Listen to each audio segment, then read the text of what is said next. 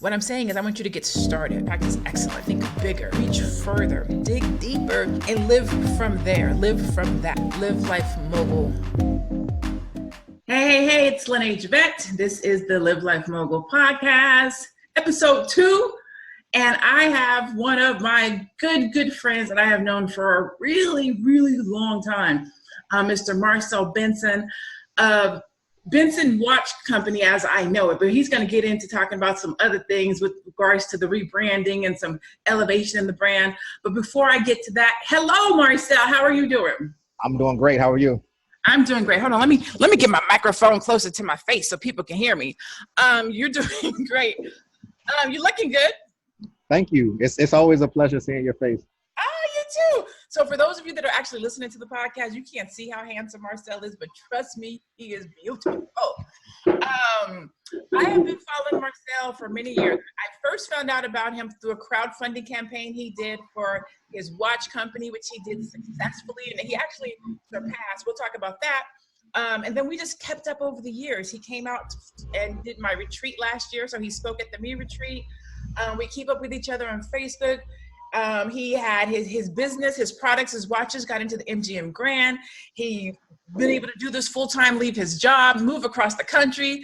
He is dope. Like, I can't even really get you to understand how dope he is unless you can see my face and feel my energy at how dope he is. So let's just start with, first off, how did you come up with the brand? What made you decide to go into watches? Wow. So this is always a question that just kind of trips me up a bit.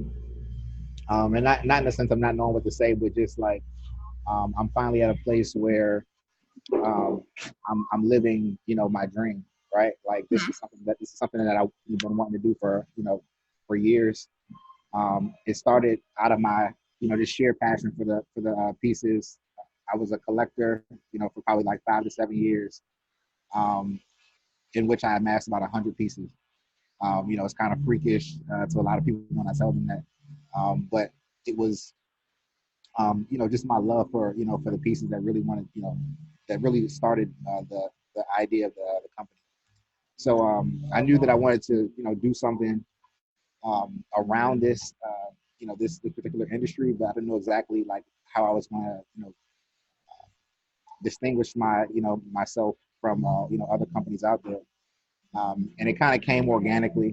I started really thinking about the things that I was naturally good at, and what was missing in the industry. And I think the two things were high-end pieces at affordable rates, and also a person who actually cared about the consumer.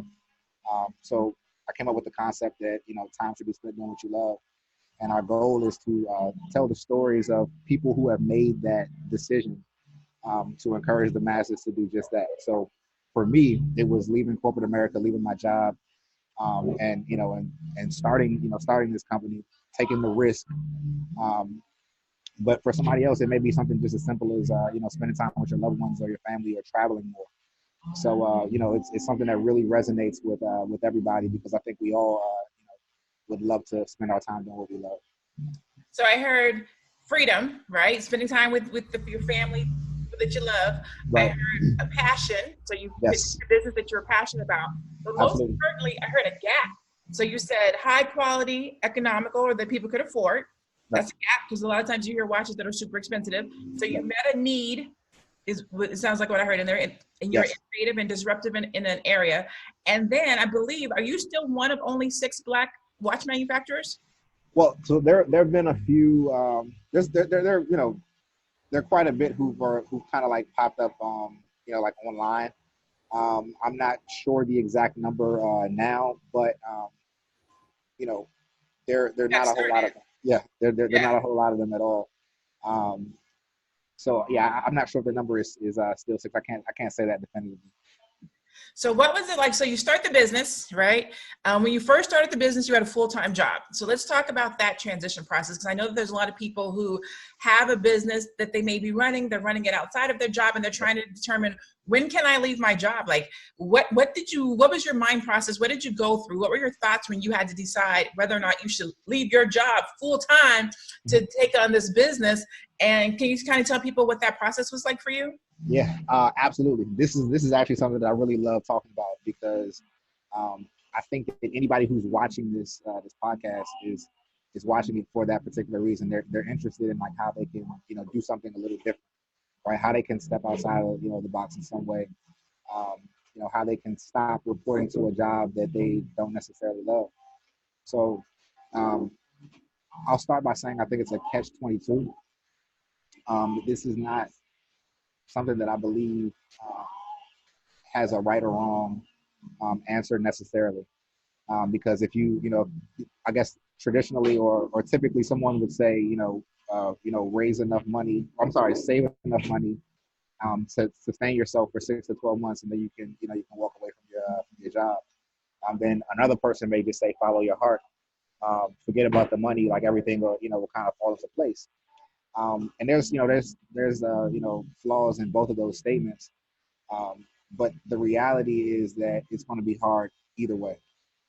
So you may have it all figured out financially, but there'll be some sort of obstacle or barrier in your way, and some other shape or form. Or you could be following your heart, and then obviously the financial thing may become an issue immediately. So I would say that you have to understand like what your threshold is for risk, what you're willing to be able to live with, like what how much pressure are you able to withstand.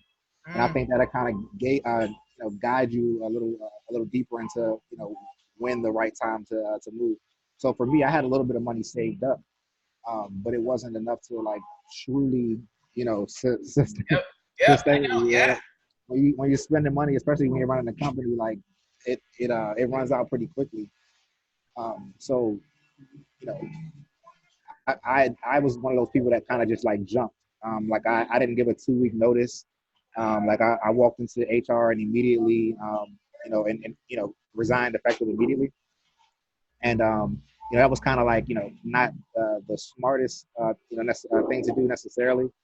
But it was what I felt like. I felt like I had to like get out of there at that time. Like I felt like I was And you had sales coming in at that time, though, right? yeah, I had been in business for creeping up on a couple of years, so I had some sales coming in, but it was still I was still in a position where I wasn't super comfortable. Like I was able to sustain myself for a few months afterwards, as far as like savings, but I really depended heavily on the business, thereafter. So um, and then there's this thing called like surprises and emergencies, that you don't necessarily you can't always plan for. So things can go wrong, and you can find yourself in a really tough spot. And actually, like myself, I found myself in this spot, and my patience and my ability to like keep my head up and continue forward was really tested, right? So there was time. I mean, so even even in this period of time that we're in right now, there was about a almost a year period where I wasn't making money at all. Like not Wait. So you didn't make money for a year? There was almost a year that I didn't make any money at all because I had exhausted the inventory. I misread how much money it would take to sustain myself. Like I didn't have it, because like I said, things come up, and I was literally like spending down for an entire year. And it wasn't until this year that we started like selling again. But I like to call what I was doing, like I like to reference like like sports or whatever, but I call it like moving without the ball, right? So if you play any sort of sport, you don't have to always have the ball to be able to like move something forward or add some sort of value to the game. So not having inventory like really taught me how to move and maneuver without actually having the inventory to put in front of someone's face. And I actually accomplished a ton of things like during the time that I was not selling pieces. Like you'll see more about it, like on my social, a little probably in the next 2 weeks. But we also got into I know you said MGM on the tab, but we're also in Macy's as well. So we start Macy's on August 12th.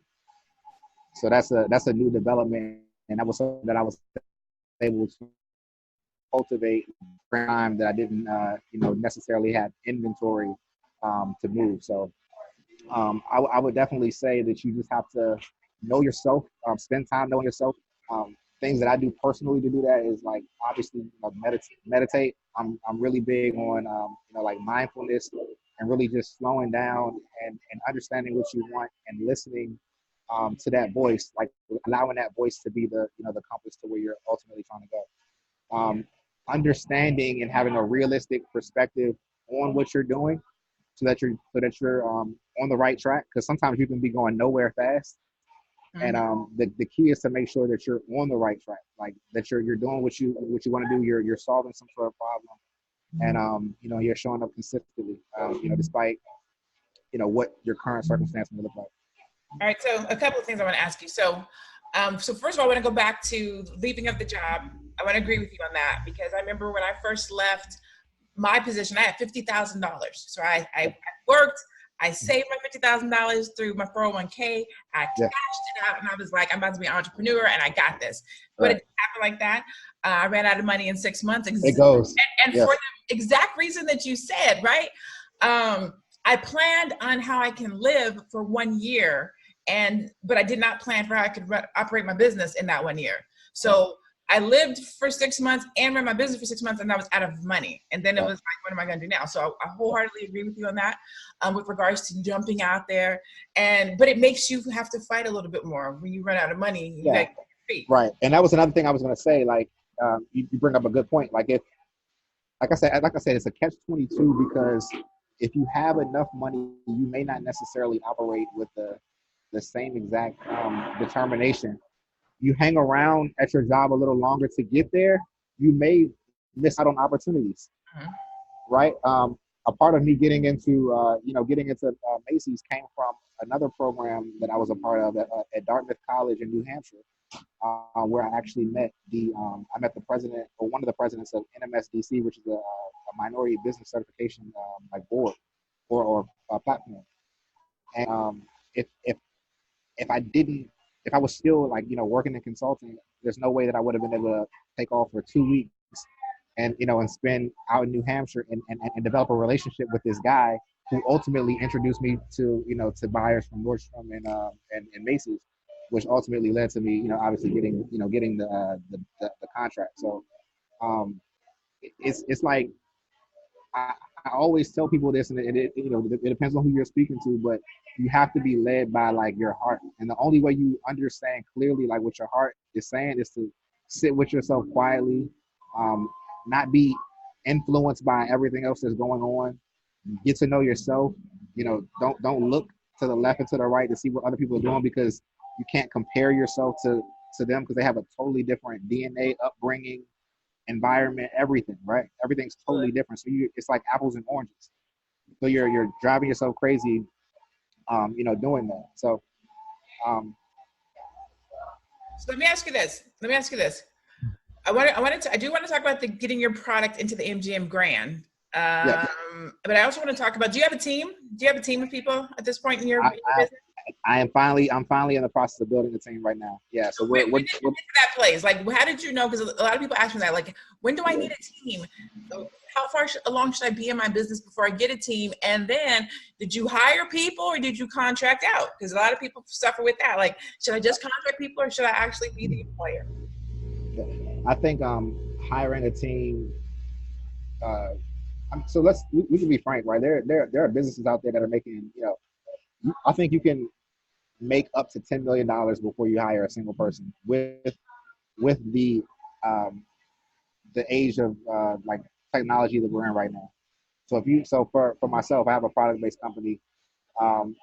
If I contract a person to handle my like social media ads, and I have a company that's handling fulfillment. So like we do, we have a company in Pennsylvania that handles our fulfillment. You really have like not a huge need for like an employee.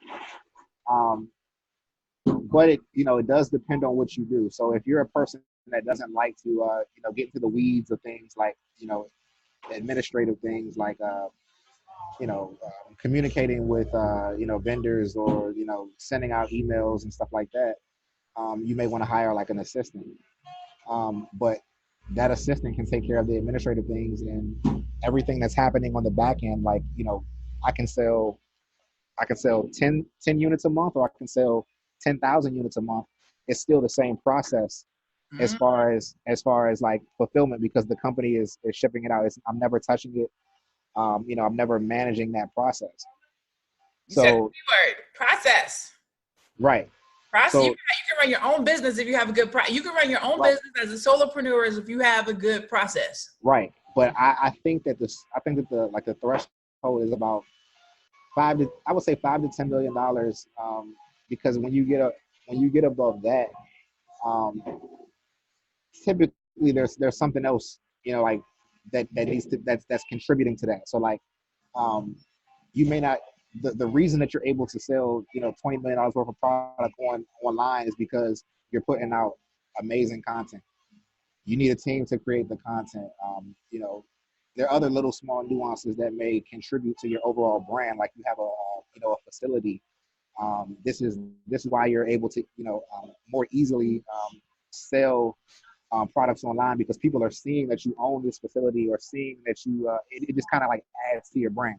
Mhm. So there are other things, in the brand building, part of the business, that I think require a team. But it's not until you get like a little higher up in sales, from what I've noticed. Like I have friends who are at the that $5 million mark, and are solo, preneurs, and then I have some that are a little higher than that. And they have teams of like 7 to 10 people. So this year we plan on hiring, an executive assistant and an operations manager. So I asked that question first. I wanted to preface that question to this question. So you Yes, got into the MGM Grand with no team. yes, yeah. That was surely, just determination and belief, and what I was doing. They put the building in my hometown, so I'm from Prince George's County, Maryland, and they built the MGM, in Prince George's County, and I figured, if I'm from here, I should have some sort of representation. Them coming from Las Vegas, I just felt like they didn't necessarily have, the clearest idea of what this particular market, would be demanding, as far as like fashion, or accessories, right? So, um, and this actually turned out to be the case. When they came, the sales weren't doing tremendously well, because, it was the same like flashy stuff that they had in like Las Vegas locations. And even though people travel to Vegas from different places, the demographic was a bit different. There's a lot of local people that are coming to the casino, and and buying things in the stores and stuff like that. So, I told her, I was like, I went to the, store one day, introduced myself to the manager, told her my story. She introduced me to, the buyer, via email, and then I took one of the pieces and I mailed it to the buyer. And, time like, I don't know, a couple months went by, and I didn't hear anything from the buyer. And I'm thinking like, man, like, I just wasted a watch, and they probably are like, not even thinking about like my company. And then, I remember I was sitting in the car in front of my house one day, and I called. I was like, let me just like call this lady or whatever. And then, she didn't get back to me immediately, but then I'm sorry, she didn't answer immediately, but then she called me back. And then she was like, hey, she was like, yeah, Barry Benson watches. Barry's my first name. I don't go by that, but that's what she saw on the introduction. So I was just like, yeah, Benson watch it. She was like, yeah, like, oh my God, like my husband, like I got the watch that you sent, like I gave it to my husband, he loves it. And she was like, yeah, we're definitely interested in working with you. Um, but she was actually changing positions, so she was no longer going to be the buyer. There was going to be, there was a new buyer coming in, to take over her position. So she introduced me to the buyer, and then, I pretty much like repitched myself. She loved the concept. She went on our social media, saw that we had a pretty decent following, And she was just like, I like what you stand for. She was like, and I believe that, it'll do well. She's like, typically we don't work with brands that we don't know of, like that, that don't have like this huge name. She was just like, I think you'll do well. So, sent the lines over. Um, we had a few conversations about logistics, stuff like that. And then, next thing you know, we're in MGM, and we had a big like launch party, to kind of bring some attention to the brand. And we actually had the biggest revenue for a company, for a brand that did like a launch party, like at the MGM men's store. Really? I didn't know that. That's something I did not know. Yeah, we had the highest in-store pop-up revenue Wow. of any of the other brands.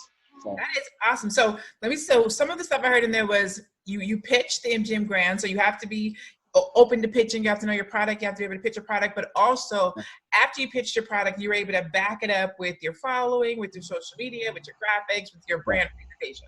Right. So all of those things were important. And again, I want to emphasize a solopreneur. So you still didn't have a team when you were able to pitch MGM Grand and get the product in the MGM Grand and have the largest pop-up launch of a new brand. Yeah, and I think that you really just have to find a way to fit in, like fill some sort of a void, because you just think about it like people, right, or anything, like bigger is not always better. It's not equivalent to better. Like a bigger house doesn't always mean better, right? It's and there's reasons for that. Like one person's perspective may be, the utilities are more expensive, right? Or it's more space to clean, or there's so many different ways that you can look at it. So I think what a lot of small businesses have to do is understand that there's benefits to being like small and flexible. Like there's less like bureaucracy. There's nobody that you have to like check in with to get something approved or done. You can really just like make a decision on your own and find a way that that you can fit into that that store's like overall goal. As a matter of fact, like a lot of bigger companies are trying to like appear smaller because the consumers are more into stories that resonate with them. So like you see a lot of bigger brands that they're trying to put some sort of face, to the brand, or some sort of personality to the brand to appear, more, I'm not gonna say smaller, but it's more, like trust factor. They want people backing people that they know, like, and trust. You can't. You don't know the corporation. You don't know who's sitting at the helm. So you can't like them or trust them. So they want that face-to-face contact. They can see you. They know you wear your product. They know you use your product. Like that's one of the reasons why social media influencers are so. It's the business of social media influencers is so popular because we can see this person supposedly using absolutely. this product. I go on to say, like, people like the they like to buy from people, like you said, that they like. So it's the likability, the trust factor, the feeling like a person, and this is the best time like to get in front of your brand. Yeah. A lot of like I didn't spend like, so my first couple of years in business, I didn't spend, and this is like when I'm part-time, I was doing this part-time. I didn't spend a single dime in marketing, and we made over 6 figures strictly from word of mouth. Wow. So I want to say, we gotta put a pin in that. I wanted you to say that again. Now, let me preface this with everybody's situation is different. Absolutely. We are not saying that don't put no marketing dollars behind your brand. That's not what we're saying. But I just want to emphasize, because a lot of times people will come to me and they will say, I'm not ready to start a business because I don't have money. So what I'm saying for that person is word of mouth is free. Yeah, no, I'm definitely not saying that you don't need money. I would be putting here lying if I said you didn't. You absolutely need money to make money. There's really no way around that, right? Because there's basic things that you have to be able to to purchase. But with the way social media was a few years ago, like the algorithms were a little different. Just regular content went a lot farther than it does today. So I think you and I actually did an interview maybe 2 years ago. Yep. And that garnered sales. Other interviews that I've done have garnered sales. Being on different different podcasts, and you know, so that's I'm not paying for any of those things. Those are all like organic things reaching, you know, my audience and their audience at the same time. So in that regard, like it didn't cost any money. Like we didn't buy any ads, and we were able to you know, to drive traffic with the email list and stuff like that. But I would say now, you know, in 2019 and going forward, it's going to be a little harder because yeah, they you know, you have to I'll pretty be much playing. yeah, you gotta, I mean, you can still do it organically, but you have to pay a lot, you know, you have to pay a lot more than you used to get in front of people. Yeah, play to So pay. yeah, Pay to play. You got to pay pay to to play. play, right? Exactly. So let's Um, talk about the new brand. So yeah. we've so I was going to show. So this is my watch, and I was showing Marcel. He was like, "Oh, that's the old brand." I was like, "Oh, excuse me." But I want to show you guys. So is this? So I just want to show you. First of all, check out this presentation. Like, and then you know what I'm saying. You open it up. Oh man, it kind of makes me Damn. cringe. Like, Oh, shucks. Like this is my Rolex. Like this is my Rolex. I still keep it in the box. You know what I'm saying? When I wear it, I take it off and I put it back in the box. This is my Rolex. Okay, so tell me about the upgrade. Tell me, so from Benson to what is it now? so we're still the holding company is still Benson Watch Company, but the brand is actually Benson by Marcel, which is just you know, kind of like me showing like, you know, that I'm the person behind it. I'm getting you know, in front of my brand a little more than I was before. Um, I would say by nature I'm more of a introverted person. Some people don't necessarily think that, but I'm more of an introverted person. Like I keep a lot of my you know, personal life like off of social media. But I'm learning that, you know, just kind of like letting people in and you know, just showing a glimpse of what's going on behind the scenes can really help tremendously as far as the like, know, and trust factor. Um, so me putting my name on that was to really just like kind of like soften the brand and really you know, let people know that there's a person, you know, behind this brand, which is, you know, which is me, this, you know, this young African American male who decided to go into you know, something that's, you know, dominated by, you know, majority, you know, white uh, Anglo-Saxon people or people from, you know, Switzerland or something like that. Um, so the brand is it's a lot more elevated. Um, I've learned a lot more about just like design and you know, like how colors and things like that come together. We're still keeping up with the idea of not representing pieces. So we still do have our classic, you know, purple and pink, like cardinal, like you have, but there are slight changes to it. So once a piece sells out, it's gone forever. We don't you know, make the same pieces in a new batch. Um, Exclusivity. yeah, It's once it sells out, it's gone forever. It may, if the piece had like a, you know, a huge demand like the one that you're holding, then we'll come out with it, but it'll be some sort of variance to it or some sort of change. So like the variance for this particular collection is that now instead of it being yellow gold, it's rose gold. So the purple comes with a rose gold bracelet, has the new branding. The boxes are like you know, phenomenal. These like I said, when I look at this particular box right here, the one that you're holding up, even though, you know, it looks nice for the time, but we've completely like, you know, rebranded that like this. I mean, I look at this and I kind of cringe because I'm like, man, that was something that I put out.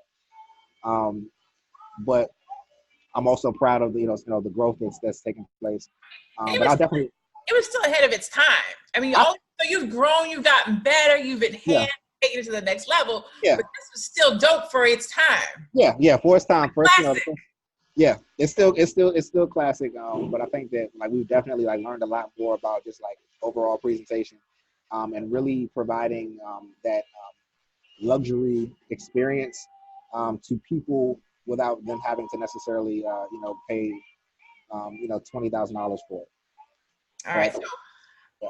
I have some questions, but before I go to the questions, I want to ask you one. I'm going to ask you to give one tip that you would give an entrepreneur that's Mhm. just getting started Okay. to help them go from startup to where you are right now. What's the one major tip that you would tell somebody who might be struggling? Maybe their money's not right. Maybe they're being told no. Maybe their production's not working. What's that one thing, that overarching thing in your mind that's like, here's one thing I wish somebody had told me? That's a good question, but very difficult to answer. And the reason that I say There's that more than one. the reason is because, like, as a matter of fact, a big part of what stifles so many entrepreneurs is they get a piece of information here, one piece of information over here, and they try to put it together, but it's so many different things that have to be working at the same time. For things to kind of like, for you to get into like what I would call like comfort or flow, where you kind of you go through these stages in business where you're just kind of like all over the place, and then you at some point you get to a point where you feel like you have like control of the thought, right? So in the beginning, it's like this is you think you kind of have an idea, but then something like just completely like comes out of nowhere, and you're like, all right, well, lesson learned. You just keep learning these lessons. You'll continue to learn lessons even when you're comfortable, or you get to this level of comfort with your business. But there's so many things that go into it. I would definitely say start by doing something that you love and care about and that you're passionate about. This is not some cliche like a mantra. This is really a real thing. If you don't care about something, when the going gets tough or it gets like really difficult, like you won't necessarily quit and like throw your business out um, in the trash, but you won't go with as much vigor as you had in the beginning. And that's very important because we live in a life that's like all about momentum. So like it's like energy is about like doing one thing and then doing another thing and then like they eventually like kind of have this like compound effect. So if you're not approaching your business with the same vigor, at some point you're going to be going like the opposite direction. Even though days, months, or whatever are going by, you're not really going forward. So you have to figure out ways to continue to build the momentum so that you eventually are like in this comfortable state where you feel like you're in control and know what you're doing. So like I said, the first thing would be to do something that you love, which is our mantra. Time should be something that you love. Shameless plug. Shameless plug, but not shameless. We're gonna plug it in a minute. We're gonna plug it. Right, but and then from there, I would say, coming up, like just kind of like fixing your mindset and understanding that like not quitting is like probably the most important factor in becoming successful, because there's going to be a ton of like things that kind of like alter your original plan, right? So it's not like the reason that we plan is not so that we know, and this is just my perspective. The reason that we plan is not so that we know exactly what we're going to do, because any person in business will tell you that nothing ever happens like exactly how you plan it. So why are we doing that? It's to set the intention, right? It's to put that energy out that this is something that you expect this type of result. So the universe, God, whatever you want to call, him, it, he, she, whatever, has a bigger plan that you may not necessarily know. But by you planning, you're aligning yourself with the intention. So right. Yeah, like I made a post the other day saying that it was like actually it was earlier today. It was a picture of like site plans. So one site plan showed like a small house. It was a floor plan for a small house. And then it said like your plan on the top, and then at the bottom it said God's plan, and it showed like I love that one. Yes, yeah, it showed like an apartment building floor plan. So it's just like you write down and plan for for what you want to do, but it's probably going to be much different than what you wrote down. But if you have in your mind that you're not going to like quit, even if something doesn't like show up the exact way that you planned it, then you will ultimately get to that uh, that successful state that we're all trying to achieve. All right. So Vincent Crawford said that he runs a small boutique. Probably gonna be much. Let me see. I'm trying to get to my commentary. He said he runs a small men's boutique, and that men's boutique carries your watches. He keeps your watches out at the men's boutique that he has. So, Oh wow. Oh yeah, Benson. Yeah, that's my guy. yeah, I love Benson. That's my guy. That's my guy. He said, how many designs do you have out right now? Right now there are 5 designs and 5 watch designs, 2 bracelets, and there will be about 8 more designs that come out before the end of the year. Okay. And he said his box is still in mint condition. I appreciate that. So is the new brand ready to go? Is it up? Is it out? Is it launched? I saw the new social media. Yeah. You can go to bensonwatch.com and purchase a watch. We also recently launched the bangles. I'm not wearing one right now, but it's a cuff bangle, and it's called the Omega cuff. It got its name from like I said in the beginning of the interview, I'm really big on like mindfulness and just understanding like how we get to a place where we have like these elevated emotions consistently, right? Like no matter like what's going on, like we maintain these consistent emotions or elevated emotions. Omega is like the top, right? So it's the supreme. It's what we're all striving towards. So I look at that as like, you're wearing the watch and you're thinking about the brand. Time should be spent on what you love. Like this is ultimately what we're all striving for, and it's also a beautiful complement to any of the pieces that we sell. It comes in a rose gold and also in silver. Dr. Bill said, "My peeps." That's what I was waving a minute ago. I was like, "Hey." So before we go, I want to try to stay to my commitment of time, 45 minutes. Yes. Before we go, tell people again where they can find you, where they can buy your watches, all your social media so they can follow you. I definitely want to make sure that people come out and support you. I love you. I love you for so many reasons I can't even talk about. The support, the camaraderie, the friendship. Yeah. I mean, there's so many beautiful things about you that I love, which is why I think we've managed to be cool all these years. But I want to make sure that other people know so that they can support you. Yeah, absolutely. You can, firstly, you can go to the website, which is bensonwatch.com. That's B as in boy, ENSON, watch.com. You can also, add me as a friend on Facebook. Personally, I'm Marcel Benson on Facebook, and then we're at Benson Watch on Instagram, and Benson Watch Company on Facebook business as well. Awesome. I want to thank you so much for coming onto my podcast and being my guest today. Yes. I appreciate it. This is our second time sitting down.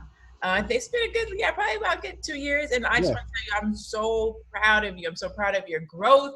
I'm so proud of your business, watching it grow and just come into fruition, just watching you come into fruition. It has been amazing from your humble days as a crowdfunder to now the Benson Watch Company. What is it? Benson Watch by Marcel?